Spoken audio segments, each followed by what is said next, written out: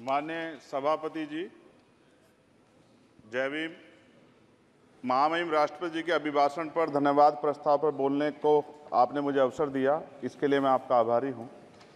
सभापति महोदय, सर्वप्रथम मैं बहुजन समाज में जन्मे सभी संतों, गुरुओं, महान पुरुषों को नमन करता हूं, जिनमें महात्मा ज्योतिबा फूले, डॉक्टर बाबा साहब अम्बेडकर और माननीय काशीराम साहब को मैं याद भी करता हूं आज के दिन पर। साथ साथ नगीना की महान जनता और भीम आर्मी और हमारी पार्टी आज़ाद समाज पार्टी काशीराम के साथियों का भी धन्यवाद करता हूं। इसके बाद अपने कुल गुरु जगत गुरु सतगुरु रविदास जी महाराज को भी मैं नमन करता हूं, जिन्होंने दुनिया को लगभग 600 साल पहले बेगमपुरा शहर के रूप में दुनिया का सबसे महान लोकतांत्रिक दर्शन दिया। अध्यक्ष महोदय, माननीय सभापति जी, 14 अगस्त 1947 को ये देश अंग्रेजों के अधीन था। 15 अगस्त 1947 को हम लोग आज़ाद हुए। 16 अगस्त 1947 को देश आज़ादी में था, लेकिन धन धरती राजपाट में बंटवारा नहीं हुआ। जो साधन संसाधन थे उनमें बंटवारा सही रूप से न होने के कारण एक बहुत बड़ी आबादी सुविधाओं से वंचित और सम्मान से वंचित रह गई। उनको सम्मान देने के लिए और अंतिम व्यक्ति तक सुविधाएं पहुंचे, इसके लिए लोकतंत्र की व्यवस्था हुई। लेकिन आज़ादी के 70 साल बाद भी हम कहाँ खड़े हैं, इस पर ये चिंता का विषय है।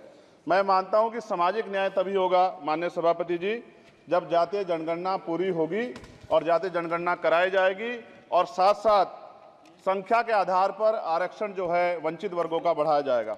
उसके साथ साथ जब राष्ट्रपति जी अभिभाषण पर बात रख रही थी तो उन्होंने शहरी और ग्रामीण क्षेत्रों के विकास की बात कही और ये भी कहा कि दुनिया में सबसे उत्तम शहर हमारे यहाँ बने।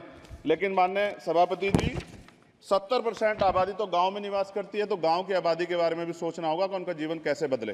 माननीय सभापति जी, उच्च शैक्षणिक संस्थानों में बहुजन समाज के जो छात्र हैं उनके साथ कास्ट एट्रोसिटी हो रही है, निरंतर उनकी हत्या हो रही है।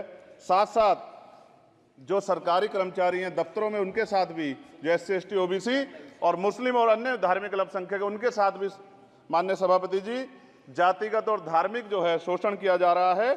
इसलिए मेरी मांग भी है कि पुरानी पेंशन को भी अध्यक्ष जी बहाल किया जाए। जो कर्मचारी देश की सेवा में लगे हैं उनका भी सम्मान होना चाहिए। साथ साथ सभापति जी, भाजपा ने चुनावी लाभ के लिए सबका साथ सबका विकास के नारे दिए जो खोखले हैं, क्योंकि 10 साल में दलित, पिछड़े, आदिवासी, मुस्लिम और अन्य धार्मिक अल्पसंख्यक जो अत्याचार हुए हैं वो किससे छिपे हुए नहीं हैं। ये गलत है, ये बंद होना चाहिए। सभापति महोदय जी, महामहिम राष्ट्रपति जी के अभिभाषण में निजी क्षेत्रों में SC ST OBC को रिजर्वेशन देने का कोई उल्लेख नहीं हुआ है, जो कि आज चर्चा का विषय, क्योंकि 98% प्राइवेट सेक्टर है, 2% सरकारी सेक्टर है, तो 98% प्राइवेट सेक्टर में भी हमारी हिस्सेदारी की बात होनी चाहिए। माननीय सभापति जी, आशा कार्यकर्ताओं, आंगनबाड़ी वर्करों, भोजन माताओं के वेतन वृद्धि पे भी कोई उल्लेख नहीं हुआ है, वो भी अभी नंगे, उन पर भी सोचना पड़ेगा। माननीय सभापति जी, जिस क्षेत्र से मैं चुन के आऊँ नगीना से, वो बहुत पिछड़ा क्षेत्र है। उस क्षेत्र में कोई विशेष आर्थिक पैकेज नहीं दिया गया, रोजगार की सेवाएं नहीं है, नौजवान पलायन करता है। IIT, IIM, एम्स, केंद्रीय विद्यालय आदि शिक्षा में और चिकित्सा संस्थानों की स्थापना होनी चाहिए, जो कि नहीं है। और माननीय सभापति जी, मानसून सत्र आ गया है, मेरा क्षेत्र बाढ़ से बहुत प्रभावित है, इसलिए मैं आपसे आग्रह करूंगा कि वहां के लोगों को बाढ़ से निजात दिलाई जाए। माननीय सभापति जी, चीन हमें आंख दिखा रहा है और लगातार हमारे देश की सीमाओं में घुसपैठ कर रहा है, इसलिए अग्निवीर योजना को हटाकर पुनः सेना भर्ती शुरू की जाए और साथ साथ भारत की सबसे प्राचीन व बहादुर रेजिमेंट में से एक चमार रेजिमेंट को पुनः बहाल करा जाए, ऐसा भी मेरा आपसे आग्रह है।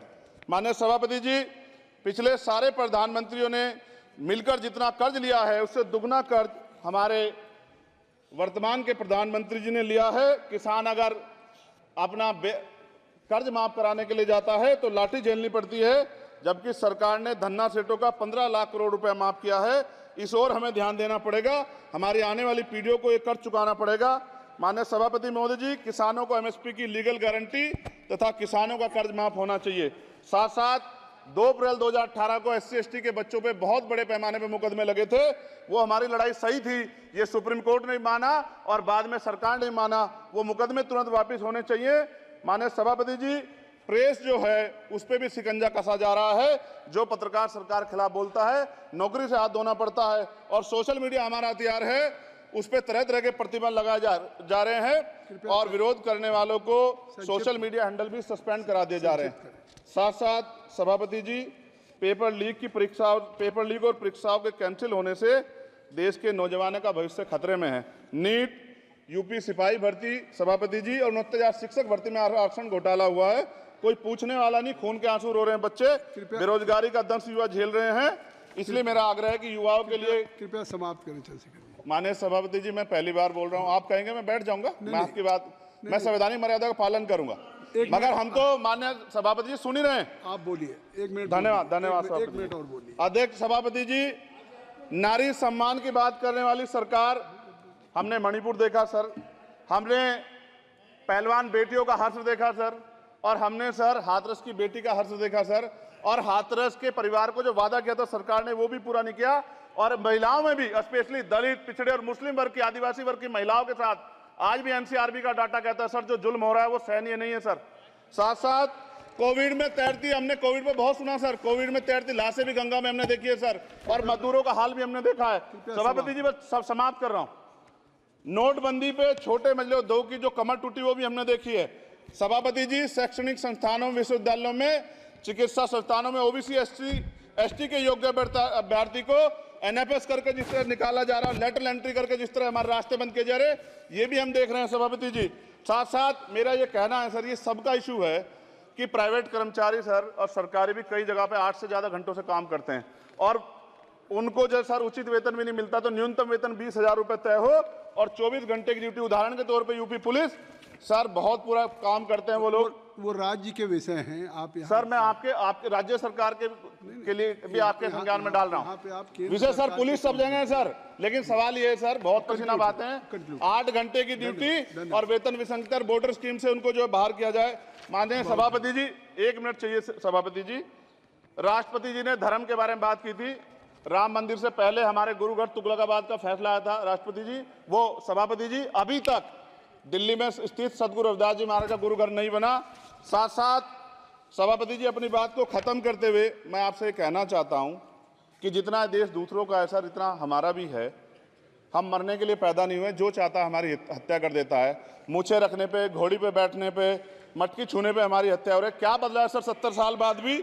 दलित, पिछड़े, मुसलमानों पे हिंसा नहीं रुक रही है सर। मेरा आपसे संरक्षण के साथ ये आग्रह है कि इन घटनाओं को रोका जाए और देश किसी की बपोती नहीं है, देश संविधान से चलता है सर और संविधान से चलेगा, संविधान छेड़खानी बर्दाश्त नहीं की जाएगी सर। धन्यवाद।